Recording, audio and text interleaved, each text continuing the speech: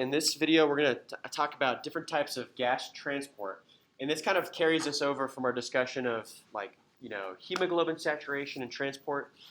And we talked about how 98.5% of your oxygen is transported on hemoglobin, and 1.5% of oxygen is just dissolved within blood plasma under normal conditions, right? But then our next question here is, well, what about CO2, right? We know carbon dioxide is a gas. We talked about how it's 20 times more soluble in water than oxygen was.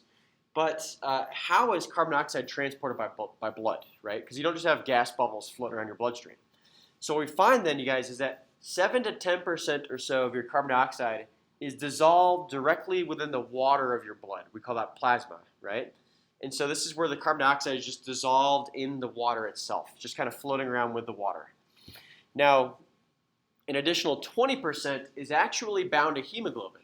So hemoglobin has some capacity to transport carbon dioxide, and when this happens, we call this carbaminohemoglobin. And so it's where 20% actually binds to a different part of hemoglobin, so it can transport a little bit of this gas too. But the majority of the carbon dioxide in your blood is actually transported as bicarbonate ions, right? And so this is kind of odd, because what we're saying, you guys, is that when CO2 dissolves within the watery solution of your blood, it gets converted to an acid called carbonic acid, and that dissociates into hydrogen ion and bicarbonate ion. In fact, you guys may have heard of bicarbonate before, because sodium bicarbonate is baking soda, right? So what we're saying is we use a very similar ion as baking soda to transport carbon dioxide in our bloodstream, but it's in a different form. So I know it sounds kind of weird because you're saying, well, where's the CO2 in here? Well, it's, the carbon atom's there, the 2 oxygen atoms are there too, but you have some extra atoms, like there's an extra oxygen and then there's an extra hydrogen atom too, right? But those are what came from water when you combine CO2 and H2O together, right? So let's check out this equation here. So if y'all remember, we said that carbon dioxide and water can spontaneously combine to form carbonic acid. If you relied on the spontaneous process, spontaneous means random, right? If you relied on that spontaneous process, you guys, this would actually be pretty slow. So instead, what our bodies have is an enzyme called carbonic anhydrase, or Ca here, right? So carbonic anhydrase is an enzyme you find within your red blood cells, and what it's able to do is combine carbon dioxide and water very quickly into carbonic acid. Or what it can do is break down carbonic acid back into water and CO2. Because you guys see the arrows go both ways here? So it means that the reaction can proceed in both directions. So what we're saying here then is that carbonic anhydrase speeds up the chemical reaction. In fact, it's so fast you get hundreds of thousands of carbonic acid molecules created every second by one carbonic anhydrase enzyme. This enzyme is so quick, it's able to convert hundreds of thousands of CO2 and water molecules into carbonic acid, and vice versa. I mean, like, my brain can't even fathom what that would even look like. Hundreds of thousands of something and created in 1 second, but it's pretty phenomenal. So what we're saying, you guys, is this reaction is super fast, and it can proceed in either direction depending on concentration. Now, what carbonic acid can do then is further dissociate, right? So dissociation means to break apart, or ionize, you can say, right? So carbonic acid can ionize into hydrogen ion and bicarbonate ion. Now, when this happens, it actually allows this to be more dissolvable in water, if that makes sense, because water can kind of crowd around the hydrogen ion or bicarbonate ion because it's actually attracted to these charges here. Or these ions can recombine back into carbonic acid. Now, the acidic component of carbonic acid is actually the hydrogen ion. We call this a proton, okay? So this hydrogen ion here is the acidic portion. So we would say this is the conjugate acid. And then this one over here, this bicarbonate ion, is actually the conjugate base, okay? And the reason why this is considered a base is that it can accept hydrogen ions, right? So as a base, it can combine with hydrogen ions to form this carbonic acid. And so remember how we actually talked about this back when we talked about how parietal cells make hydrochloric acid? It started out with this chemical reaction, but then we had proton pumps in our stomach that pumped these hydrogen ions into the lumen of your stomach, and then chloride followed with it because chloride was attracted to the positive charge here.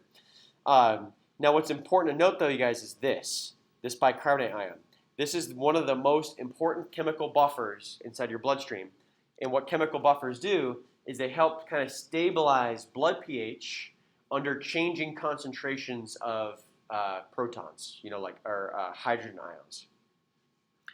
So if you guys look at this slide here, what we're seeing are some of the ways that gases get transported in the blood. So what we're looking at here, you guys, is in blue is carbon dioxide transport, and in red is oxygen transport. So let's just first focus on oxygen transport here. So if we're looking at internal respiration, we're saying it's gas exchange between your tissues and your bloodstream, right? So earlier we made the assumption that O2 levels are low in your tissues because your cells are using that oxygen, right? And as they use the oxygen in their electron transport chain, that keeps the concentrations low, which then allows for O2 to move from blood in the tissue, right? Because these gases only move from high to low concentration. So what keeps the O2 levels low in your tissues is the fact that your cells are using that oxygen, right? In fact, oxygen was being used up because you use oxygen as the final electron acceptor in the electron transport chain, and that actually is converted into water. That's why O2 is being used up, is that you actually make your own water from oxygen by your electron transport chain, which is kind of interesting. So if you guys look here, the size of these arrows also represents the kind of quantity of O2 that gets transported by that process. So if y'all remember, 98.5% of your oxygen is actually transported by hemoglobin under normal conditions, right? And that's why this arrow is so big, because 98.5% of your oxygen is coming from hemoglobin and then dissociating away from hemoglobin and then flowing down its concentration gradient in the tissue. Earlier, we talked about the factors that would allow hemoglobin to desaturate, right? We said that a right shift in the oxygen hemoglobin dissociation curve would allow for hemoglobin to desaturate and then basically release this oxygen into solution. That way it actually can flow into your tissues. So some of the factors that can allow for this dissociation of hemoglobin and oxygen were like things like an increase in temperature or a decrease in pH. But that also makes sense because in the tissue, it's going to be warmer and slightly more acidic because those acids are a byproduct of metabolism, just like temperature is a byproduct of metabolism. So higher temperature, lower pH allows for hemoglobin to release oxygen into solution, and that oxygen can flow down its concentration gradient into the tissues, right? That was 98.5%. Now the remaining 1.5% is just the oxygen that's just dissolved within plasma itself. So this doesn't require any special proteins. It's just dissolved within water, you might say, or your blood plasma. So some of this O2 then flows also in the tissues, but it's a very insignificant amount, right? So what we're saying here, you guys, is that in order to get proper oxygen transport, your hemoglobin needs to be functioning properly, right? So under conditions like anemia, where people have low O2 transport, it's usually something to do with hemoglobin, right? Either you're not making enough hemoglobin, hemoglobin's being destroyed too quickly, or you lack certain components of hemoglobin that allow it to transport effectively, or because of genetic mutations, you might have mutated hemoglobin that just doesn't grab onto oxygen as well, and there's certain conditions where that happens, like sickle cell anemia, okay? So let's look at carbon dioxide transport. And you can see all these CO2 arrows are going the other way, right? So remember, the direction of these arrows is down its concentration gradient from high to low. And it kind of makes sense that CO2 is in higher concentrations within the tissues because CO2 is a byproduct of metabolism. In fact, CO2 was the thing that could create acid. Because what kind of acid do we get when CO2 combines with water? Do you guys remember? So CO2 and water make carbonic acid. Very good. So then that's why this local area is going to be more acidic. But that CO2 can also flow from high to lower concentration in your blood. And what keeps the CO2 levels low in your blood is the fact that you're continually blowing off CO2 from your lungs, right? So you're eliminating CO2 by your respiratory system, which keeps carbon dioxide concentrations low in the blood. But if they're low in the blood, then CO2 can actually be absorbed from your tissues because it's going to go from high to low concentration via diffusion, right? And if you guys notice, there's actually 4 different ways CO2 can be transported by blood. The easiest one, the one that's like kind of easiest to conceptualize, is some of this gas, we said close to 10% or so, just directly dissolves within plasma. No special mechanisms, just kind of dissolves within water. The next one here, you guys, is a little slower, but we're saying that CO2 can spontaneously combine with water to make carbonic acid. And it's slow because it's spontaneous or random, right? And so that's just like a chemical property of nature. And in fact, this would actually happen on Earth too. Like CO2 in the atmosphere is going to dissolve within the water that you find, on the ground. Or if you guys heard of like acid rain before, like if carbon dioxide levels are high in a local area because of pollution, then carbon dioxide can also mix with the water vapor in clouds. And guess what that does inside those water droplets? Well, it makes those water droplets have carbonic acid. So that when it rains, those acid rain droplets, being more acidic, start to erode things. It's more of a worry for like, historical monuments, things that have been around for a while, because that acidic rain can kind of degrade, the marble and that kind of stuff. It's not going to like burn your skin if you're outside. Luckily, not yet, right? So most of our CO2 transport is actually done in a very similar way, but we have an enzyme inside of our red blood cells called carbonic anhydrase, or Ca, right? So what carbonic anhydrase does is it speeds up the conversion of CO2 and water into carbonic acid. It's super fast, right? Because if y'all remember this enzyme, carbonic anhydrase, it can actually make like hundreds of thousands of carbonic acid molecules every second. Each one individual carbonic anhydrase, which is pretty phenomenal. And so this carbonic acid then can dissociate into bicarbonate ion and hydrogen ion. So some of this hydrogen ion can actually be bound to hemoglobin, and so hemoglobin can transport that acid directly. And this bicarbonate ion is actually going to flow into the bloodstream and serve as a very important buffer. Okay, so what we find here, you guys, is that bicarbonate ion, which comes from carbonic acid, also helps to stabilize your blood pH. Okay, because it's a buffer. We'll come back to this in a little bit too. Now, the remaining amount of CO2 can actually directly combine with hemoglobin to form that carbaminohemoglobin we talked about earlier. And so 20% of your CO2 binds directly with hemoglobin. And so it's a little bit more complex with carbon dioxide transport than O2 because there's 4 different mechanisms. But what's the major one here, guys? Where is most of your carbon dioxide transported? In your bloodstream. The majority of it. So where or how is the majority of your carbon dioxide transported in blood?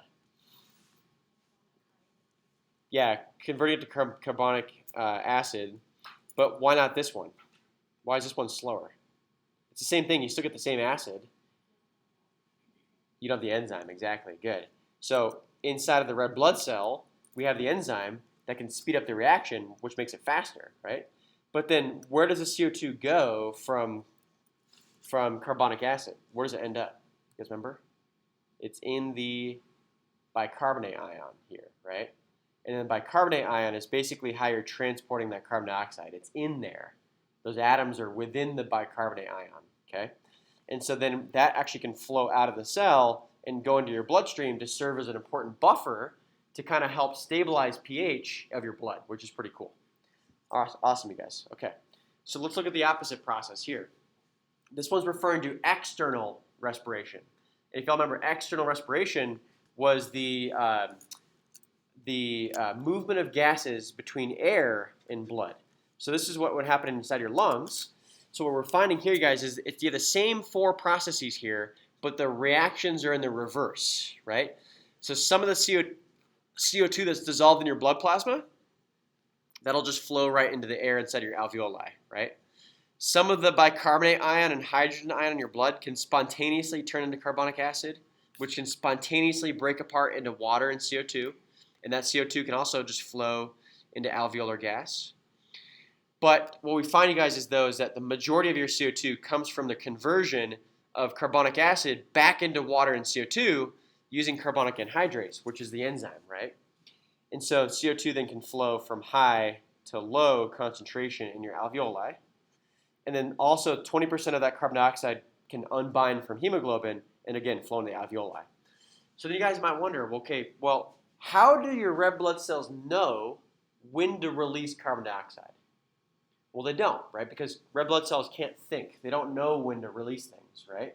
So what we're saying to you guys is that CO2 will kind of move in these directions based on chemical properties, like the properties of nature, right? So if we're saying that CO2 is flowing because of diffusion, then we're saying it's going from high concentration to low concentration. So what allows your blood to dump off that CO2 is by the time that blood gets to the alveoli of your lungs and you get to the respiratory membrane here, you have low CO2 concentrations in the gas of the alveoli, which helps to kind of draw CO2 out of blood into that gas. And then when you exhale that gas, it leaves your body, right? And so this works because the CO2 concentrations in our atmosphere are really low. We said it's like 0.04% or so. And so much, much lower than what's in your blood. That way, CO2 can actually flow from high to low concentration. Makes sense. Cool. And so when you look at these chemical reactions too, guys, what drives the chemical reaction in the reverse, instead of going from CO2 to water to carbonic acid, what drives the chemical reaction to go from carbonic acid to water to CO2 is concentration. So if your CO2 concentrations are low because CO2 is leaving, the chemical reaction actually starts to go the other way, right? We call this Le Chatelier's principle, where the chemical reaction can go back towards the products if you have low concentration of products. So your reactants can actually be converted back into the products if you have low concentration of these products. That's because you're blowing off the CO2. Okay. And then what about O2, you guys? Well, same thing. We're going from high concentration to low concentration, but where's the majority of our O2 being transported? You guys remember? Where's 98.5% of our O2 transported? Yeah, directly on hemoglobin. Very good. Awesome. And then what do we also talk about with the oxygen hemoglobin dissociation curve, you guys? When the blood here starts flowing by the airways of your lungs, is this blood warmer or colder when it gets to your lungs? It's cooler, right? Because your lungs are a little cooler. So if this blood is slightly cooler, what does that do to the saturatability of your hemoglobin? It increases it. You got it. So that means that hemoglobin can actually grab onto more oxygen that way if it's cooler. So it actually can hold onto it too better. And so that makes sense. And then the remaining little bits, you guys can also just dissolve within your blood plasma. But it's kind of an insignificant amount. Cool. Does that make sense, y'all? Okay. So earlier I mentioned how bicarbonate serves as a really important buffer in your body. In fact, we think about bicarbonate ion as being the first line of defense for blood pH regulation. So, and when we get to the blood chapter, you guys, we'll talk about how normal blood pH is 7.35 to 7.45. Now, if you deviate outside of that, you start getting some problems. And we'll go into what those problems are when we get to pathophysiology. But here, we'll talk about, well, how do we stay within 7.35 to 7.45 in blood, right? Well, the first line of defense is our chemical buffers, including bicarbonate ion, right? So if y'all remember, bicarbonate ion comes from carbonic acid, because we said that carbonic acid dissociates into a proton, which is the hydrogen ion, and bicarbonate. Then bicarbonate is shuttled into the bloodstream, where it serves as a buffer. And the reason why this bicarbonate ion serves as a buffer, you guys, is it can combine with excess acid to make carbonic acid, right? But what happens, though, is that by taking this proton out of solution, you've actually prevented the solution from becoming too acidic, right? So if you can kind of absorb excess protons using this bicarbonate ion, you're basically preventing wild fluctuations in pH. If you did not have this buffer, what this would mean then is if acid started to build up in your bloodstream, your blood would acidify really quickly, okay? But we know that that doesn't happen in our bodies because we can hold our breath, or when we're exercising, like the lactic acid that our muscles are producing, that doesn't just make your blood extremely acidic suddenly, right? Instead, what we have are buffers that can absorb that excess acid and help keep us within 7.35 to 7.45 blood pH, right? So the chemical buffer is the first line of defense. It's fast because it's right on the ground floor, right? We're saying that this is an ion that's in the solution of your blood. If there's excess acid, it'll absorb it, right? It also goes the other way too, you guys. If your blood pH becomes too acidic, what can happen is, too basic. If your blood pH becomes too basic, what can happen is that this carbonic acid can also release some protons back into solution to also keep your blood within a more stable range. So if you start going too much on the alkaline end, carbonic acid can release a proton to keep you more acidic, if that makes sense. And by more acidic, I mean closer to 7.45, okay? Even though it's on the basic end of the spectrum. So we think about bicarbonate ion, you guys, as being an alkaline reserve, right? We have this ion that basically acts as a reserve that can either absorb protons or release protons depending on if we need those or not, right? So you'd want to absorb excess protons using this bicarbonate ion if your blood was becoming too acidic, and you'd want to release protons from carbonic acid if your blood was becoming too basic, right? So it helps you on both ends. And that's why it's a buffer. So buffers keep you within a narrow range of pH. But this can only work to a point, right? We can't rely on this solely. So what we need then is another line of defense. So our second line of defense is our respiratory system, right? And so this is considered our second line of defense because our respiratory system can change our blood pH by changing how fast you breathe, right? So what kind of gases are you breathing out when you exhale? CO2, right? So in some kind of odd roundabout way, you can kind of say that by breathing, you're breathing out carbonic acid, right? Because if you breathe out CO2, that CO2 is not able to combine with water to make carbonic acid. So we say that the type of acid that your lungs handle is carbonic acid because you can breathe out CO2, thereby removing that acid from your body. That's really the only acid that your lungs can handle. And that the reason being is that it's a volatile gas, or acid rather. And so volatility refers to a chemical that can go into a gaseous state, right? But not all of the acids in your blood can go into gas. Some don't you can't just breathe out these acids, right? CO2 you can. So let me ask you guys this. Let's say if your blood was really acidic, what could your lungs do to help keep your blood pH from getting too acidic? What would you want to do? Yeah, breathe more quickly. Awesome, good. So what you'd want to do then, you guys, if your blood was becoming too acidic, you want to have rapid breathing. Because by breathing rapidly, you're actually helping to blow off that excess CO2, and you're going to reverse that acidity and actually make it more alkaline again by removing that CO2, right? So if you are breathing heavily, what can you kind of generally say about your blood pH? What do you guys think? Like if you find yourself breathing heavily, like yeah, your blood pH is probably low. And that makes sense. Because if your blood pH is low or acidic, what your respiratory system can do is it's going to try to breathe off that acid, right? That's the respiratory compensation. What about the other end of the spectrum, you guys? What if let's say you're just kind of chilling and you're and you're breathing kind of slowly. What can you say about your blood pH then? It's probably normal or somewhat basic, right? In fact, you guys heard of apnea before? So there's obstructive sleep apnea where like someone's airway can be cut off, like if they sleep kind of a weird way, or if they have a lot of adipose on their necks and it's kind of impeding on their airway. But there's also a form of apnea that's due to alkalosis. So let me ask you guys this. How would it make sense to stop breathing if your blood were too basic?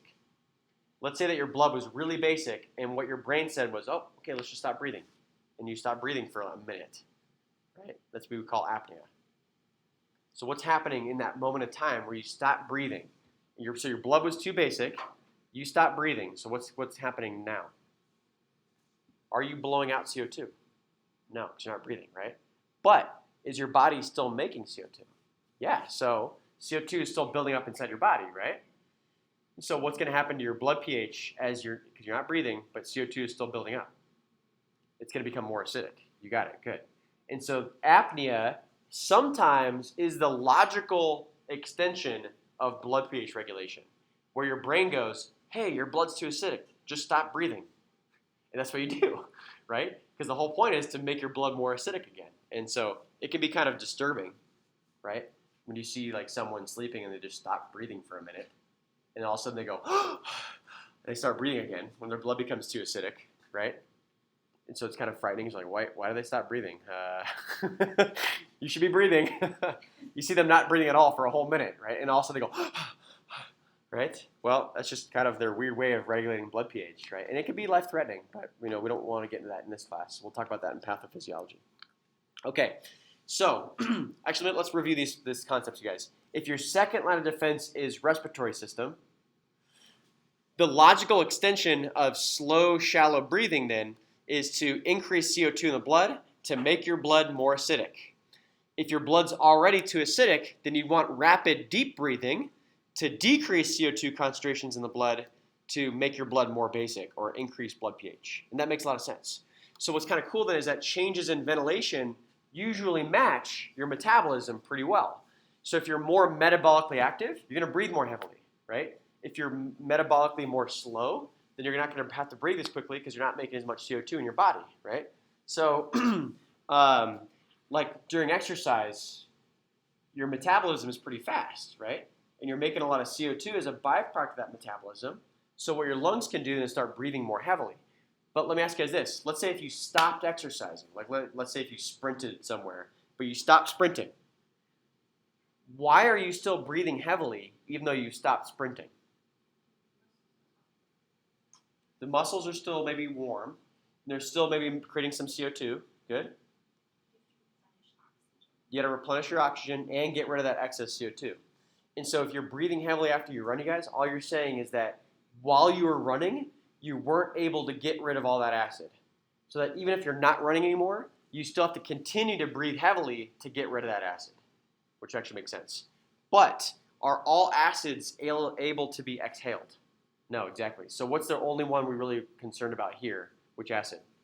Carbonic acid, aka CO2, right? Because it's a gas. It's volatile acid. Cool.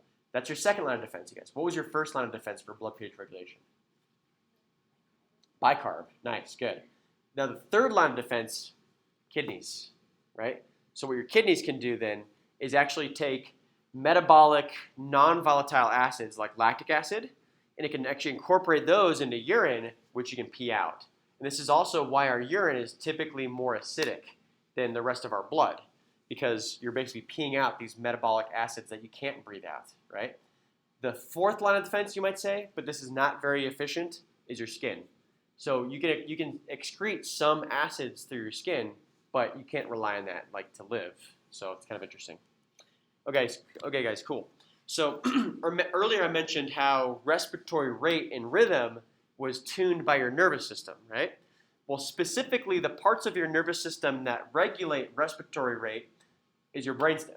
So really you just need a brainstem to live, or to breathe rather, and the nerves that go to those ventilatory muscles in order to contract those muscles. So what we find, you guys, for your brainstem, it involves your pons and your medulla oblongata. So in the pons of your brainstem, we have the pontine respiratory center. What the pontine respiratory center does is it actually helps ensure that your ventilation is smooth, right? So you have a nice smooth inhalation, followed by a nice smooth exhalation, right? If your pontine respiratory system was damaged, you might find that your ventilation is more choppy, kind of like, or, right? So it's not smooth because you don't have a nice clean output of action potentials. It might be kind of like an irregular rhythm of action potentials. So the pontine respiratory center ensures a smoothness of ventilation, okay? Now, in the medulla oblongata, we have the ventral and the dorsal respiratory group. The dorsal respiratory group gets sensory input from your periphery, right? And so what it does is it takes that sensory information and then utilizes it to help determine respiratory rate, right? So you might wonder, well, what are some types of sensory information that, might be received by the dorsal respiratory group? Well, blood pH is one, right? So what do you guys think your dorsal respiratory group is going to do if your blood pH is too low? What's your dorsal respiratory group going to think or say, if your blood pH is too low or too acidic? Increased ventilation, right? That's what it's getting. So the DRG is getting that peripheral sensory input, like chemoreception about blood pH, right? Then what the DRG, or dorsal respiratory group, does is it tells the ventral respiratory group, which is the ventral one here, to either increase or decrease respiratory rate, right? Now the ventral respiratory group has what are called respiratory rhythm generators, and it generates a normal respiratory rhythm. It might be kind of choppy though. So if you have pontine damage, you might have like a normal rhythm, but it might not be smooth. So it might be kind of like labored breathing, if that makes sense. So this is important to keep in mind, you guys, because if you damage your brainstem, you're not going to be able to generate a normal ventilation rhythm, right? Because you need these brain centers to generate that rhythm. This is why you need a brainstem to live. So when you start talking about different forms of shock, where like maybe you've damaged your brainstem from trauma or whatever, you might have ventilation problems. So it could lead to respiratory failure. Okay, cool. All right, guys, awesome. So it's also the ventral respiratory group that actually sends the appropriate output to things like your respiratory diaphragm and your intercostal muscles. So do y'all remember what nerve innervates your respiratory diaphragm? Going back to AMP1, it was a spinal nerve, not a cranial nerve. It was a spinal nerve that innervated your respiratory diaphragm, and it came from your neck. It kind of has a sound to it, like diaphragm. There's a phrenic nerve. You got it. Nice. So the phrenic nerve innervates the respiratory diaphragm. And if y'all remember, the phrenic nerve came from C3, C4, C5. That's why we say C3, C4, C5 staying alive. Because if you break your neck below C3, C4, C5, then at least you still have phrenic nerve intact, right? Which means you can still at least get output to your respiratory diaphragm, which means you can breathe. If you break your neck above C3, that means your brain can no longer communicate with your respiratory diaphragm because your phrenic nerve then would be cut off from your rest of your brain. And that way, that's why it's more life-threatening. That's why they say C3, C4, C5, staying alive. Because if it's below that, at least you can breathe. If you break your neck above that, you're going to lose respiratory diaphragm control because you're going to lose phrenic nerve function. So something to kind of keep in mind. Okay, guys, cool. So if y'all remember, we said that the dorsal respiratory group of the brainstem receives sensory input from the periphery. So what this slide is showing is where that sensory information comes from. So if y'all see here, we have the aorta on the heart, as well as the carotid bodies up here. So the aorta is one of those large vessels that emerges from the heart, and it's the largest artery of your body because it basically takes all of the blood that your heart pumps out from the left ventricle and takes that to the rest of your body's organs and tissues. Okay, so this thing is gigantic, by the way. It's bigger than a garden hose. That's how wide it is. So inside of the aorta, though, itself, we have these aortic bodies. And the aortic bodies are cells that have chemoreceptors on them. But these chemoreceptors are sensitive to things like CO2, O2, and pH. So what happens then is that if your CO2 levels are high, your O2 levels are low, and your pH is low, that suggests that you need to increase, your ventilation rate, right? Now, the chemoreceptors don't know what is high or low. All they do is they pick up sensory information, and if your CO2 levels are low, they send action potentials to the brain. If your CO2 levels are high, they'll send more action potentials to the brain, okay? Now, same thing with the carotid bodies. So up here, we have the common carotids that go up your neck, and then when they branch, kind of right by your chin here, they branch into internal and external carotids. And right at the juncture here where they split, we have the carotid bodies. Those also have chemoreceptors. Same thing. They can measure low O2 or CO2 or pH, right? And so this also sends in sensory information to the brain. But there are two major cranial nerves that carry this sensory information, okay? So what happens is the vagus nerve is what innervates the aorta. And the vagus nerve is what can carry sensory information about pH or CO2 and O2 back towards the brainstem. Makes sense. Because that's where your respiratory generators are located, like the DRG, right? The vagus nerve and the glossopharyngeal nerve carry sensory information from your carotid bodies back towards your brainstem as well, again, where that sensory information is utilized. Now, the reason why this is important to note, you guys, is that if you have damage to these chemoreceptors, or if you have peripheral nerve damage, then you're saying that your brainstem isn't receiving the appropriate stimuli in order to generate a normal rhythm, right? So if you have peripheral neuropathy of some sort, or if these cranial nerves are damaged in some way, that means your brainstem would not be receiving the appropriate input about how it should be breathing, right? However, this is not the end of the story though, because these are called peripheral chemoreceptors, but they only account for 30% of the stimulus to breathe. The other 70% of the stimulus to breathe, you guys, comes from what we call central chemoreceptors, which are actually in the hypothalamus. So it's kind of cool. So what this slide shows you guys are some of the factors that can influence ventilation rate. So I'll ask you guys this. Can you consciously change your ventilation rate? Like, could you consciously increase or decrease how fast you breathe? Absolutely, because if I said, hey guys, breathe faster, you go, like you can do it, right? So what we're saying to you guys is that your higher brain centers where conscious thought occurs, that can actually control ventilation. Or if I asked you guys to hold your breath for a while, you know what I mean? You could also do that for a bit, right? So what we're saying to you guys is that your higher brain centers can have excitatory or inhibitory effects on these brainstem ventilation centers, right? But obviously to a point.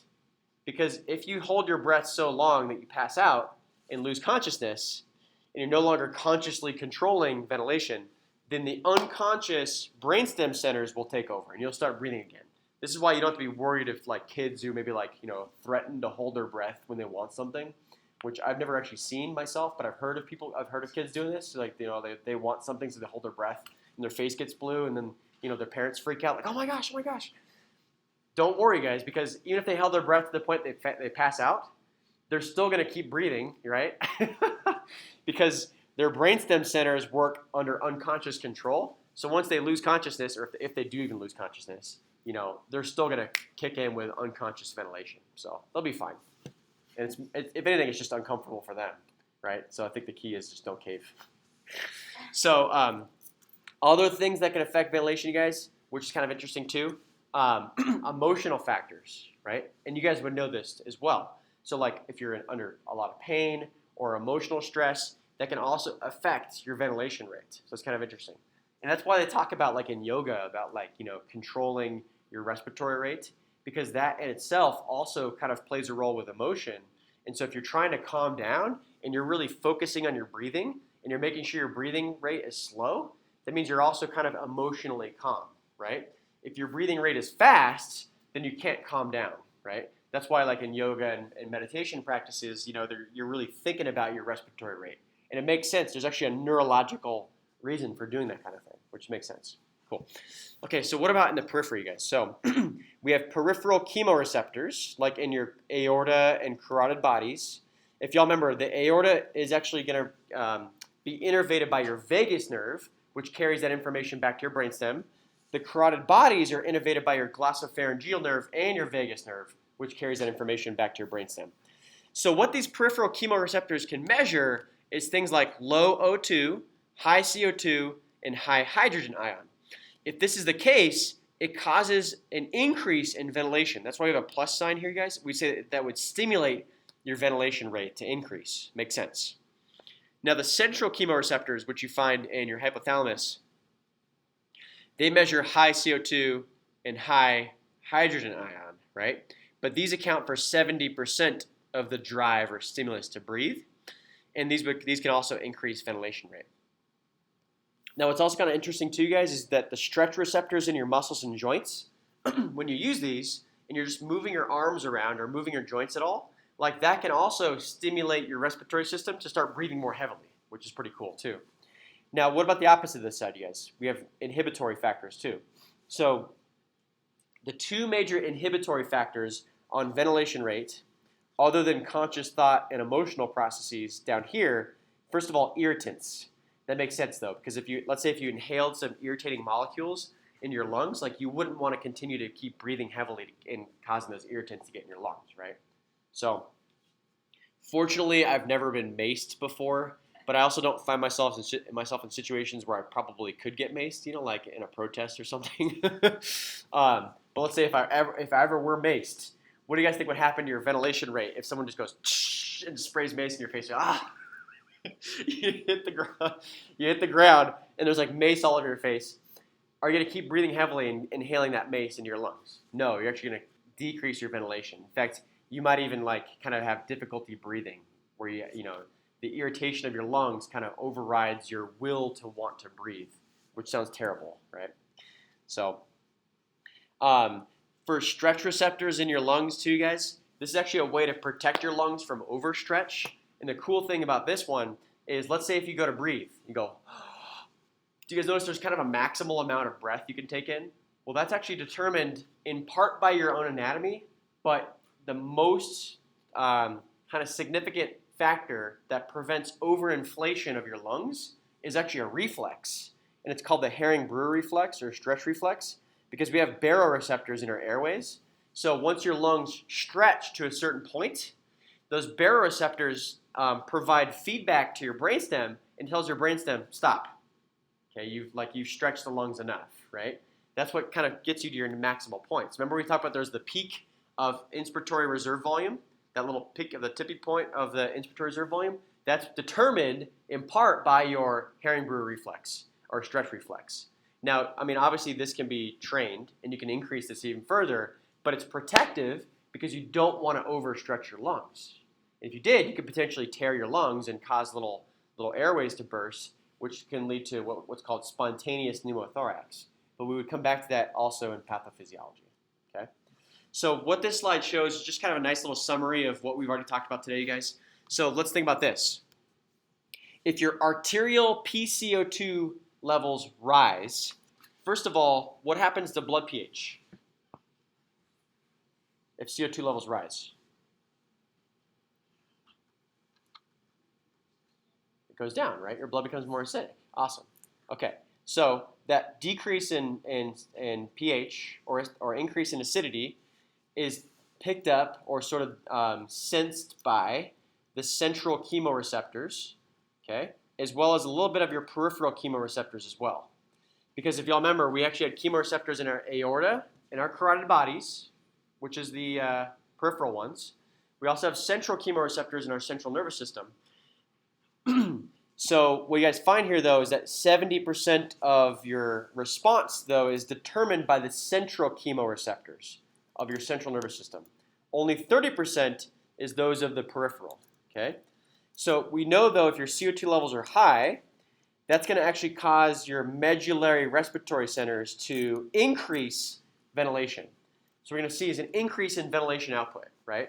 So remember, your dorsal respiratory group is going to receive this sensory information, and it's going to tell the ventral respiratory group to have an increase in output, right? So you start breathing more heavily and more frequently, right?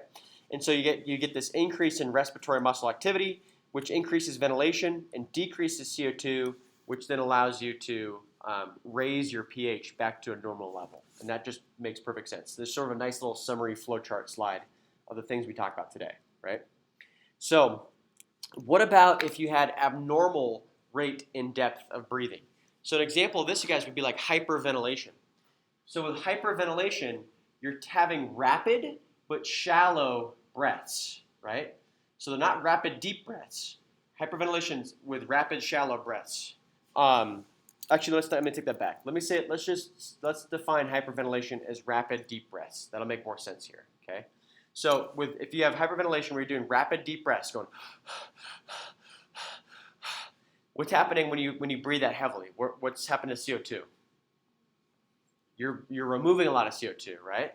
But could you guys imagine a circumstance where if you're hyperventilating because of maybe like emotional factors or sort of other conscious factors, you could actually remove too much CO2, right?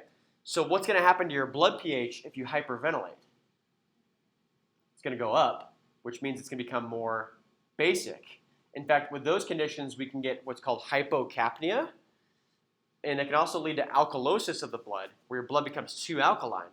So how would it make sense then to give someone a bag to breathe in and out of if they're hyperventilating? So they start breathing in and out of that bag, go,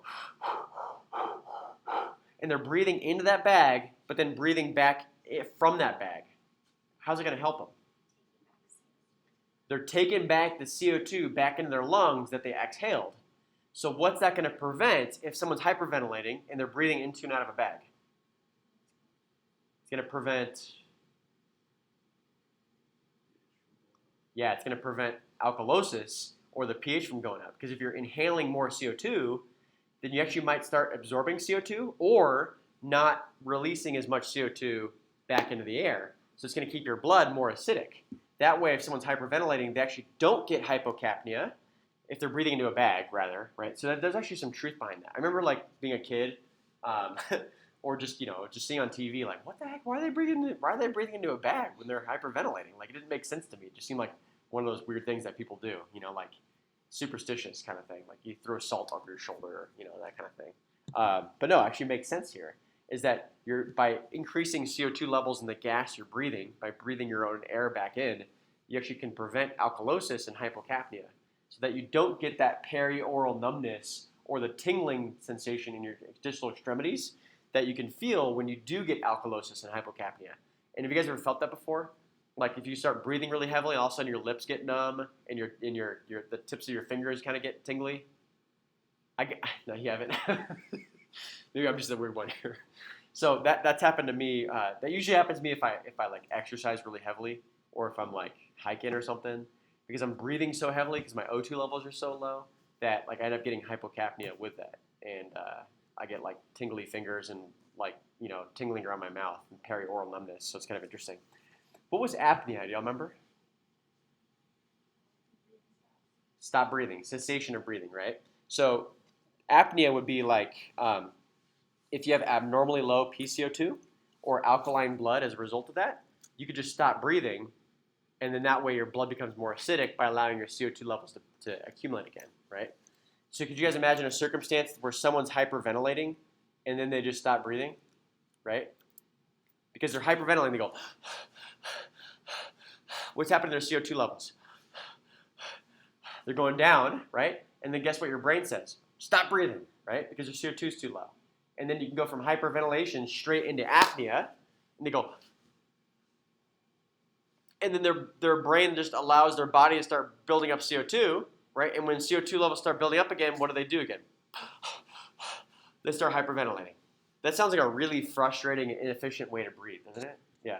But sometimes it can happen with certain disorders, so kind of keep that in mind.